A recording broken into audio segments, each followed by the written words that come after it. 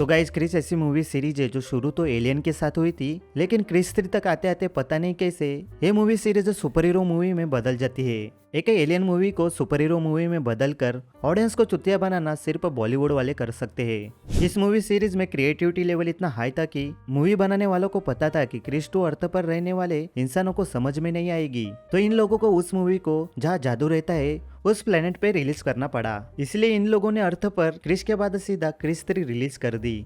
तो इस मूवी में हमारे विलन के पास टेलीकिनेटिक पावर्स है, मतलब ये अपने माइंड की पावर से चीजों को बिना हाथ लगाए चीजों को हिला सकता है। पर मूवी वाले हमें बताते हैं कि इसकी सिर्फ 2 उंगली हिलती है, इसलिए इसकी पावर कम है। पर अगर इसकी पूरी बॉडी हिलने लगी, मतलब ये नॉर्मल हो गया, तो उसकी पावर बढ़ जाएगी। और इसी तरह मूवी बनाने वालों ने टेलीकिनेटिक्स पावर्स की महाभाई ने कर दी, क्योंकि टेलीकिनेटिक्स पावर्स में फिजिकल मूवमेंट का कुछ लेना देना नहीं होता। टेलीकिनेटिक्स पावर्स का यूज करने के लिए सिर्फ माइंड ही काफी होता है।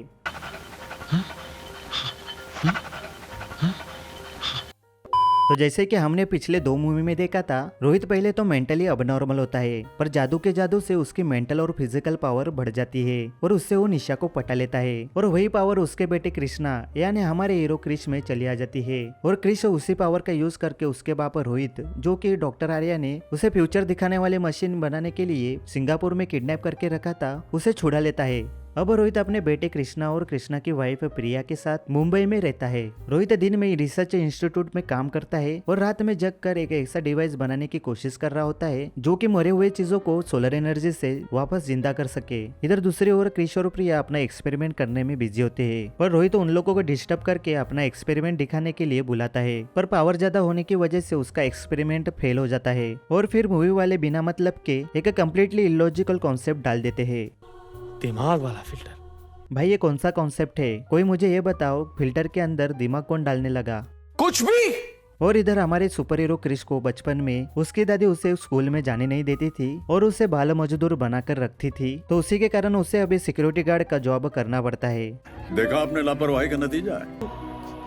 पर जब चोर चोरी करने आते हैं तो सिक्योरिटी गार्ड होने के नाते वो चोरों से वैसे ही लड़ सकता था, पर नहीं, वो वहां से भगकर क्रिश बनकर आता है और चोरों से फाइट करता है। तो जैसे कि होना था, कंपनी वाले इसे सिक्योरिटी गार्ड की जॉब से निकाल देते हैं और इसी तरह हमारा हीरो पूरी मूवी में बेरोजगार दिखाया गया है। पर तभी न्यूज आती है कि एक प्लेन का लैंडिंग गियर अटक गया है। तो मूवी में पहली बार एंट्री होती है हमारे हीरो क्रिश की, जिसे सुपरमैन की तरह उड़ना नहीं आता, इसलिए वो मेंढक की तरह एक बिल्डिंग से दूसरी बिल्डिंग पर कूद कर लोगों को बचाता है। कुछ दिनों बाद क्रिश और प्रिया अपने एक्सपेरिमेंट में कामयाब हो जाते हैं और वो गुड न्यूज रोहित को बता देते हैं। तो अभी एंट्री होती है हमारे विलन काल की, जो कि एक इवल साइंटिस्ट है। वैसे तो वो अपनी 2 उंगली हिला सकता है, फिर भी वो दुनिया को डोमिनेट करने का सपना देखता है। काल पैसा कमाने के लिए वो अपने डीएनए से यानी खून से वायरस बनाता है और वो वायरस लोगों में फैला देता है और बाद में उसका एंटीडोट बनाकर लोगों को बेच देता है। और उसी पैसों से वो अपने डीएनए से और अलग अलग जानवरों के डीएनए को मिलाकर मानवर यानी सस्ते म्यूटेंट्स बनाता है। तो इन मानवरों की लीडर होती है काया, जो कि अपना शेप शिफ्ट करके अपनी शक्ल बदल सकती है। काल इन मानवरों के खून से अपना इलाज ढूंढ रहा होता है, पर वो हर टाइम फेल हो जाता है। तो और पैसा कमाने के लिए वो अपना वायरस मुंबई में फैला देता है और कई लोगों को बीमार कर देता है। पर रोहित अपने खून से एंटीडोट बना देता है, क्योंकि वो वायरस रोहित के फैमिली को कुछ नहीं कर पाता। तो ये लोग एक रात में एंटीडोट बना लेते हैं और उसे रॉकेट में डालकर उसे पूरी मुंबई में फैला देते हैं और लोगों को बचा लेते हैं। जब ये बात काल को पता चलती है तो वो चौंक जाता है, क्योंकि वो वायरस का एंटीडोट सिर्फ उसके डीएनए से ही बन सकता है। तो रोहित को किडनैप करने के लिए मानवरों को भेज देता है, पर क्रिश आके उन दोनों को बचा लेता है और क्रिश उनमें से एक मानवर को पकड़ लेता है। कुछ टाइम बाद हमें पता चलता है कि काया भेष बदल कर प्रिया बनकर क्रिश के साथ रहने लगी है और प्रिया को काल ने अपने लैब में किडनैप करके रखा है। तो काल के वायरस का प्रिया और प्रिया के बच्चे पर कोई इफेक्ट नहीं हुआ था, तो काल का प्लान होता है कि प्रिया का बच्चा, जो कि अभी पैदा भी नहीं हुआ है, उसका सभी खून निकाल कर उसके खून से अपनी बीमारी का इलाज ढूंढ सके। इधर दूसरी ओर क्रिश ने पकड़ा हुआ मानवर कुछ बता ना दे, इसलिए काया उसे मार देती है और काया क्रिश के प्यार में गिर जाती है।